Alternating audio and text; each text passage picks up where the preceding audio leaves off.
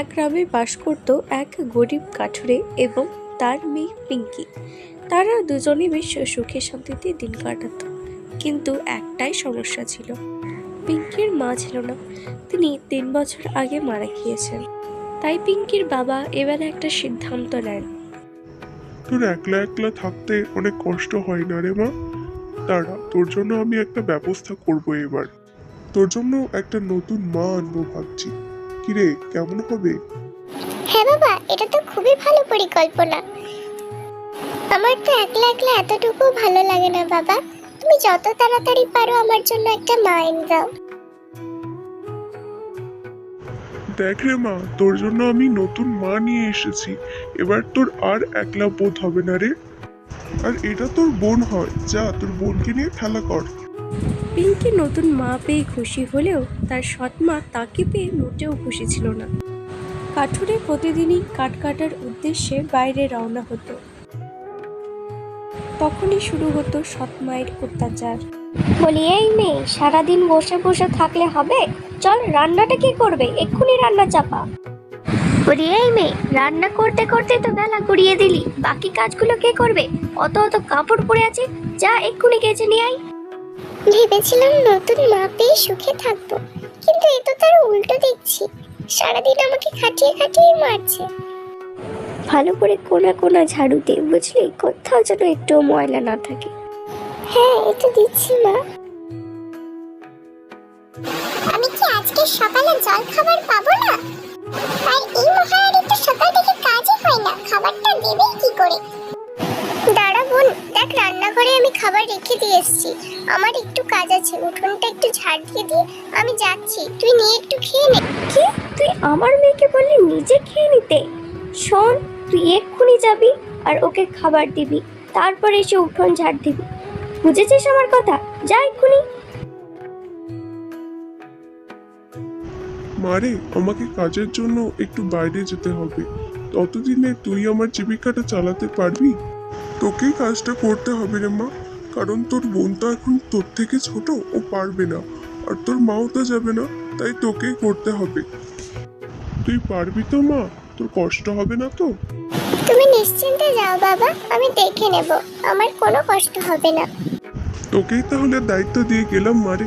দেখিস সব, আমি আসছি। হ্যাঁ, তারপর পিঙ্কি বেরিয়ে পড়ে জঙ্গলে কাঠ আনার উদ্দেশ্যে। যেতে যেতে কিছু দূরে সে এক বৃদ্ধার দেখা পায়। সেই বৃদ্ধা তাকে বলে, আমাকে একটু জল এনে দিবি বাবা?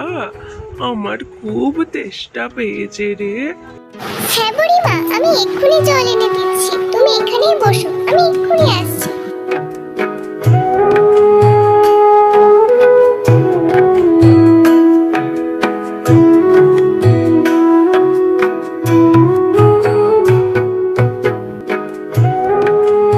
তোকে অনেক ধন্যবাদ বাছা, তোর অনেক ভালো হবে দেখিস। এই বলতে বলতে সে বুড়ি রূপান্তরিত হয় এক সুন্দর পরীতে। তুমি আমাকে জল দিয়ে সাহায্য করেছো, বলো তুমি কি চাও? তুমি যেটা চাইবে আমি তোমাকে সেটাই দেব। এই কি, তুমি তো দেখছি একটা পরী, কিন্তু আমার কিচ্ছু লাগবে না। আমি তোমাকে শুধু জল দিয়ে সাহায্য করেছি, আমার কিচ্ছু লাগবে না। কিন্তু লক্ষ্মী মেয়ে পিঙ্কি, না, তুমি যতই না করো, তোমাকে আমি একটা উপহার দিতে চাই। নাও পিঙ্কি, এই বাক্সটা রাখো। এর মধ্যে হিরে, জহরত, মণি, মুক্তা অনেক জিনিস রয়েছে, যা তোমার কোনোদিনও কষ্ট আনবে না। এটা রেখে দাও মা। আচ্ছা, তুমি যখন আমাকে এটা উপহার হিসেবে দিলে, তখন এটা আমি রাখছি। তবে এটার আমি অসৎ ব্যবহার করব না, পরবর্তীতে যদি কাজে লাগে রেখে দেব। তুমি তো অনেক বুদ্ধিমতী পিঙ্কি। যাই হোক, এখন বাড়ি থেকে রওনা দাও, আর পরবর্তীতে যদি কখনো কোনো প্রয়োজন হয় অবশ্যই আমায় ডাকবে, আমি ঠিক সাড়া দেব। হ্যাঁ, অবশ্যই বড়ি দিদি, তাহলে এখন আমি আসি, ভালো থেকো।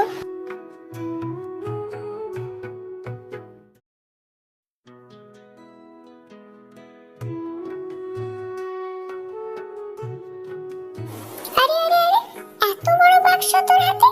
কার বাড়ি থেকে চুরি করে নিয়ে এলি রে? কি আছে এর মধ্যে? এই, কার বাড়িতে চুরি করতে গিয়েছিলি? সত্যি করে বল। চুরি কেন করবো রে বোন? এর মধ্যে অনেক জিনিস আছে, তুই আমি দুজন মিলে ভাগ করে নেব। রাগ কেন করছিস বোন? আমি কেনই বা চুরি করতে যাব? বাবা কি এই শিক্ষা দিয়েছে? মেয়েটা একটাখানি কথা দেখো না, তা কার এত দায় পড়েছে তোমাকে এইসব জিনিস দেওয়ার? নির্ঘাত চুরি করেছো। দাঁড়াও, এক্ষুনি গিয়ে আমি মাকে বলছি। দাঁড়াও, এক্ষুনি যাচ্ছি।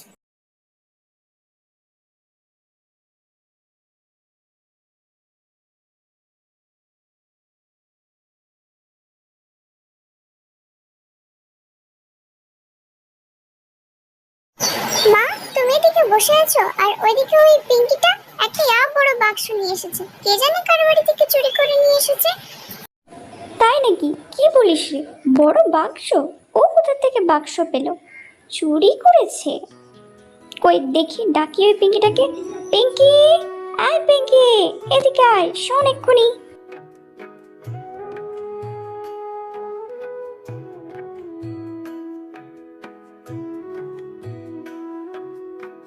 এই, রুমা আমাকে বললো তুই নাকি একটা বড় বাক্স নিয়ে এসেছিস। কি ব্যাপার? কার বাড়ি থেকে চুরি করে নিয়ে এলি ওটা? সত্যি কথা বলবি পিঙ্কি, না ছাড়া খুব খারাপ হয়ে যাবে। না মা, ওটা আমি চুরি করিনি। তবে সত্যি কথা শোনো, আজকে যখন আমি কাঠ আনতে জঙ্গলে গেলাম, তখন এক বৃদ্ধার সঙ্গে আমার দেখা হয়। ওনাকে আমি সাহায্য করেছিলাম, তাই উনি খুশি হয়ে এই উপহারটা আমায় দিয়েছেন। এর মধ্যে মণি, মুক্তা, জহরত অনেক রকমের জিনিস রয়েছে। আমি তো বোনকে বললাম আমরা দুজন মিলে ওটা ভাগ করে নেব। তাও বোন তুই রাগ করে চলে এলি।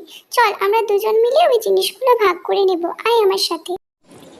মেয়ের দরদ একেবারে উতলে পড়ছে। তা এতই যদি বনের জন্য দরদ, কাঠ কাটার সময় ওকে নিয়ে গেলি না কেন? তাহলে ও তো একটা বাক্স পেত। থাক, দরকার নেই তোর জিনিসে। যা এখন এখান থেকে, যা।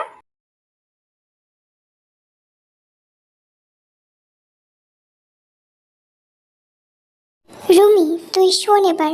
তুই এক্ষুনি জঙ্গলে যা, আর ওই বৃদ্ধার দেখা পেলে সুযোগ বুঝে ওর থেকেও বেশি বেশি জিনিস নিয়ে আয়। আমার আরো জিনিসের দরকার রুমি, জলদি যা। ঠিক আছে মা।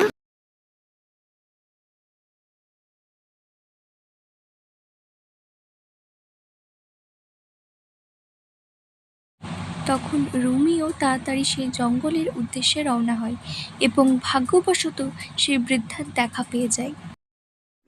আমাকে একটু ডাবের জল এনে দিবি বাবা? আমার ডাবের জল খেতে খুব ইচ্ছা করছে রে, গলাটা একদম শুকিয়ে গেছে।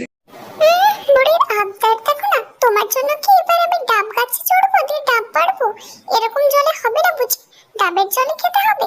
আমি এমনি জল এনে দিচ্ছি, খাবে তো বলো। না না, এমনি জল আমি খাবো না বাচ্চা, যদি ডাবের জল আনিস তবেই খাবো। দেখো, ডাব আমি পেড়ে আনতে পারবো না, তোমাকে আগেই বলেছি। তবে এটাও তো বলেছি যে এমনি জল এনে দিতে পারি। তুমি যদি খেতে না চাও তাহলে আমি কি করব? যাই হোক, এবার আমাকে আমার উপহারটা দাও। ও, তোর উপহার লাগবে বুঝি? এই নে উপহার।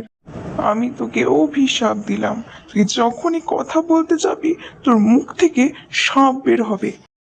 এই বুড়ি, তুই আমায় অভিশাপ দিলি কেন? এবার সে যখনই কথা বলতে যায় তখনই তার মুখ থেকে অজস্র সাপ ঝরে পড়ে। এটা তুই কি করলি আমার সাথে? আরে কি রে, মুখ নিচু করে দাঁড়িয়ে আছিস কেন? কথা বল। বাক্স কোথায়? আমি যে তোকে আনতে বলেছিলাম ওর থেকে আরো বেশি বেশি, বাক্সটা কোথায়? দে আমাকে। চুপ করে আছিস কেন? কথা বল রুমি, কথা বল। কিন্তু মা। এই বলতে বলতে রুমের মুখ থেকে আবারও অজস্র সাপ ঝরে পড়তে লাগলো। এ কি পোড়ামুখী, কি করেছিস? তোর মুখ দিয়ে এত সাপ পড়ছে কিসের জন্য? বেরো এক্ষুনি ঘর থেকে। আরে এই জন্যই তো আমি কথা বলতে চাইছি না মা। ওই বুড়ি আমায় অভিশাপ দিয়েছে, আমি যখনই কথা বলবো আমার মুখ দিয়ে তখনই সাপ বেরোবে মা। তার জন্যই তো আমি চুপ করে আছি। তাহলে চুপ করে থাক পোড়ামুখী। মেরে ফেললো গো, মেরে ফেললো। সবগুলো কামড়ালে কি হবে? মেরে ফেললো গো। আজ আমি বুঝতে পারলাম রে, অতি লোভে তাতি নষ্ট। লোভ করতে গিয়ে তো এমন অবস্থা হলো মেয়েটার। চল যাই এবার ওই বৃদ্ধার কাছে, যদি উনি আবার তোকে ঠিক করে দেন দয়া করে।